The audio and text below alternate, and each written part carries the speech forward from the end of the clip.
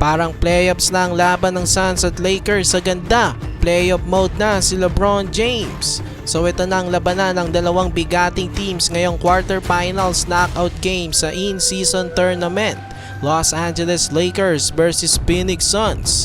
Still undefeated pa rin ang LA na may 4-0 sa tournament, habang ang Suns ay may isa lamang talo.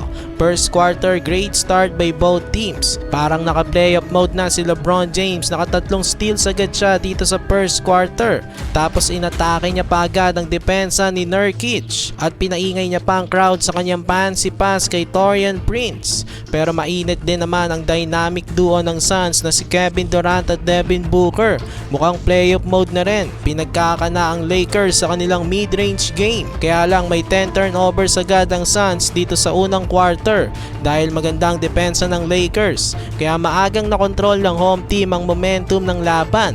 Last possession ng first quarter, another great pass by LBJ, this time kay Anthony Davis for the slam dunk. Natapos ang first quarter, lamang ang Lakers ng 10 points, 33-23. Second quarter, take over pa rin si The King sa simula ng quarter. Inatake agad ang depensa ng Suns sa loob. Tapos ang ganda pa ng pasa niya kay Rui Hachimura for the wide open 3-point shot. Napatay mo agad ang Suns dahil 13 na ang lamang ng Lakers, 42-29. Off the timeout, nakascore na naman si LeBron James. Walang kahirap-hirap lang na pinostayan ng depensa ni Goodwin, naka N1 pa. Di nga lang nakompleto ang 3-point play at after nyan pinahinga muna siya sa bench. Lamang naman ng Lakers ng 15 points. Kaya lang naka 7-0 run ng Suns habang nasa bench si LeBron. Babatuloy sa 8 points ang kalamangan ng Lakers. Patuloy pa nga nilang binaba ang kalamangan ng Lakers sa 4. Kaya napersa na si Coach Darvin Ham na ibalik si LeBron James sa loob. Pagbalik nga ni LeBron James dito sa loob, nabuhay ulit ang opensa ng Lakers. Naka 14-6 run na sila. Monster dunk by AD at LeBron James naman binubuli ang depensa ni Booker. At the half lamang ulit ang Lakers ng 12 points, 59-47.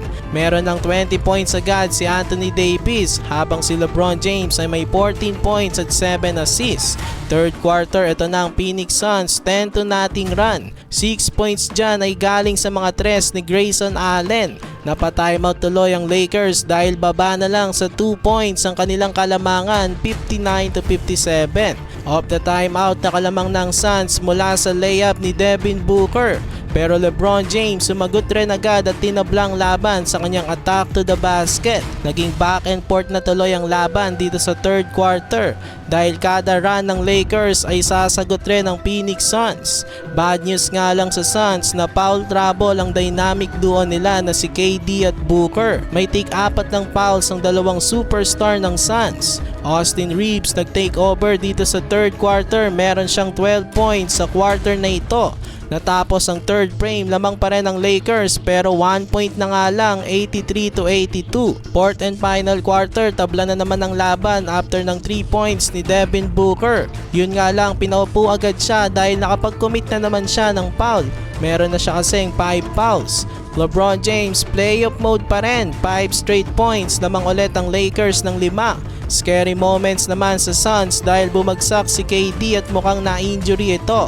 Pero nanatili pa rin naman ito sa ball game at nakatres pa nga. Baba ulit sa dalawang kalamangan ng Lakers, 94-92. Anthony Davis, libreng dunk na mintis pa. Nakatres pa ulit tuloy si Kevin Durant para bigyan ng 1 point lead ang Suns, 95-94. Pero after niya, nag-take over na si LBJ, 6 straight points. Abante ang Lakers, 102-97. Pero hindi pa tapos ang dynamic duo ng Suns na si KD at Booker. Parehong pilit pinapabalik ang Suns. Baba sa isa ang kalamangan ng Lakers, 102-101. Kaya lang after nyan, Austin Reeves clutch 3-point shot. Lumamang tuloy ulit ang Lakers ng 4, 105-101. Sa uli, nakuha tuloy ng Lakers ang panalo, 106-103. Papunta na sila sa Las Vegas at makakalaban ng New Orleans Pelicans sa semifinals. LeBron James, monster game, nagtala siya ng 31 points, 11 assists at 5 steals. Kevin Durant, 31 points din pero laglag na ang Phoenix Suns sa tournament.